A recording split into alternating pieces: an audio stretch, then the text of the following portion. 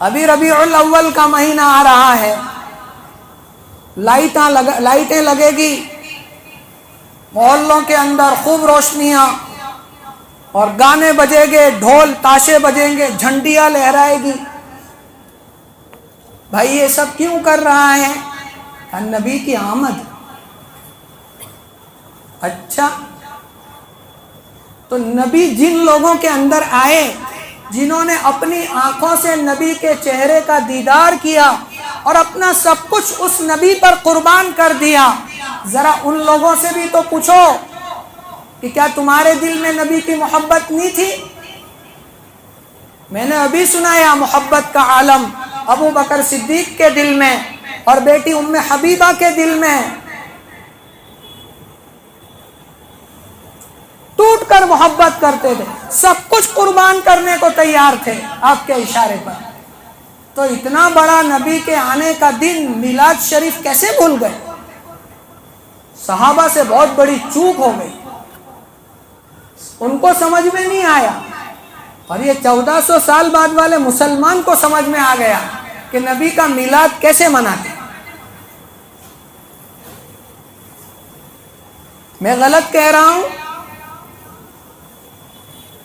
ابو بکر صدیق نبی 23 سال رہے، کبھی میلاد کا کوئی تذکرہ نہیں، چھوٹی چھوٹی باتوں کا تذکرہ آپ کو کتابوں میں ملے گا، پھر اتنی بڑی میلاد کا تذکرہ کرنا کیوں بھول گئے؟ 23 سال نبی نے کبھی نہیں کہا ابو بکر میلاد مناؤ، عمر میلاد مناؤ، تو وہ پوری دنیا کو روشن کر دیتے، اتنی طاقت تھی۔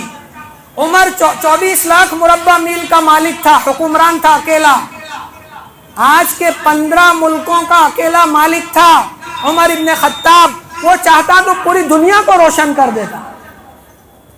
لیکن آپ نے کہیں پڑھا ہو تو مجھے بتا جانا،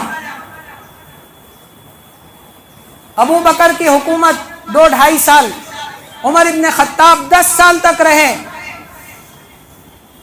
اس کے بعد حضرت عثمان غنی جس کے گھر میں نبی کی 2 بیٹیاں، وہ کیسے میلاد بھول گیا؟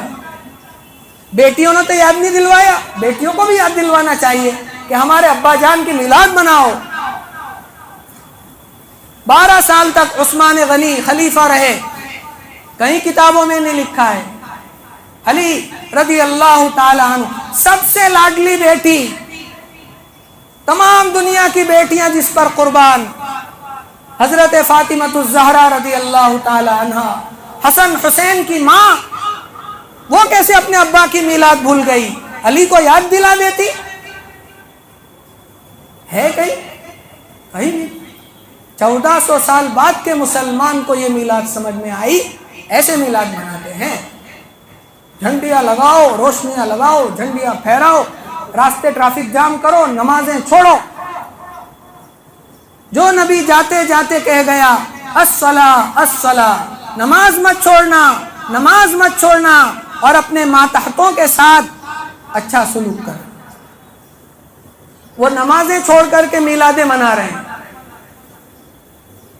ارے یہ کون سی میلاد ہے بھائی؟ میرے بھائیوں، یہ جتنی بھی روشنیاں جلے گی یہ فضول خرچی ہے، کل قیامت کے دن اللہ پکڑ کریں گے کہ تم نے یہ سب کہاں سے لائے، کس نے تمہیں بتایا؟ ہاں، میں ایک طریقہ بتاتا ہوں میلاد منانے کا جو خود نبی نے فرمایا، برانڈیڈ مارکے والا ISI۔ میرے نبی صلی اللہ علیہ وسلم سوموار کے دن، پیر کے دن روزہ رکھتے تھے۔ صحابہ نے پوچھا اللہ کے نبی آپ پیر کے دن روزہ کیوں رکھتے ہیں؟ میرے نبی صلی اللہ علیہ وسلم نے فرمایا فیہ ولدت، یہ الفاظ حدیث کی کتابوں میں جا کر دیکھ لینا، فیہ ولدت کہ اس دن میں پیدا ہوا۔ پتا چلا سوموار کا دن کنفرم ہے، اللہ کا نبی کہہ رہا ہے کہ میں سوموار کے دن پیدا ہوا، پیر کے دن۔ تاریخ کنفرم نہیں ہے، اس میں اختلاف ہے، 9 تاریخ کو آئے، بعض کہتے ہیں 8 کو آئے، بعض کہتے ہیں 12 کو آئے۔ چلو مان لو 12 ربیع الاول کو آئے، تو 12 ربیع الاول کو گئے بھی تو دنیا سے، وفات بھی تو وہی ہے۔ اب ایک ہی دن میں سرکار تشریف لائے اور ایک ہی دن میں گئے، تو خوشی مناؤ گے کہ غم مناؤ گے؟ تو پوچھنا پڑے گا کہ کہیں نبی کی وفات کی خوشی تو نہیں منا رہے ہیں؟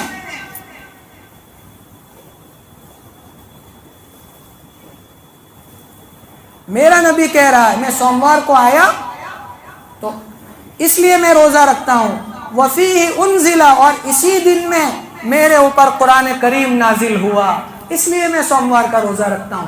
تو اگر حقیقت میں آپ کو میلاد منانا ہے تو سوموار کے دن روزہ رکھو، اس کے لیے تیار نہیں ہے۔ پھر یہ حلوہ پوری یہ سب بنایا یہ کون کھائے گا؟ یا تو بھوکے مرنا پڑے گا 12 گھنٹے، وہ میلاد اچھی ہے کھانے پینے والی؟ نہیں نہیں میرے بھائیوں، میرے نبی نے جو فرمایا سب سے بڑی میلاد یہ ہے کہ میرے آقا صلی اللہ علیہ وسلم جس کام کے لیے جس مقصد کے لیے دنیا میں تشریف لائے اس مقصد پر ہم کھڑے ہو جائیں۔ ہمیں تو ہماری میلاد تو ہر سیکنڈ ہر منٹ میں میلاد ہے ہماری، کہ ہر سیکنڈ میں نبی کی کوئی نہ کوئی سنت، کوئی نہ کوئی کھانے کی پینے کی اٹھنے کی بیٹھنے کی لیٹنے کی کوئی نہ کوئی سنت ہے۔ آپ ہر سنت پر عمل کرو، نبی اتنا ہی خوش ہوگا۔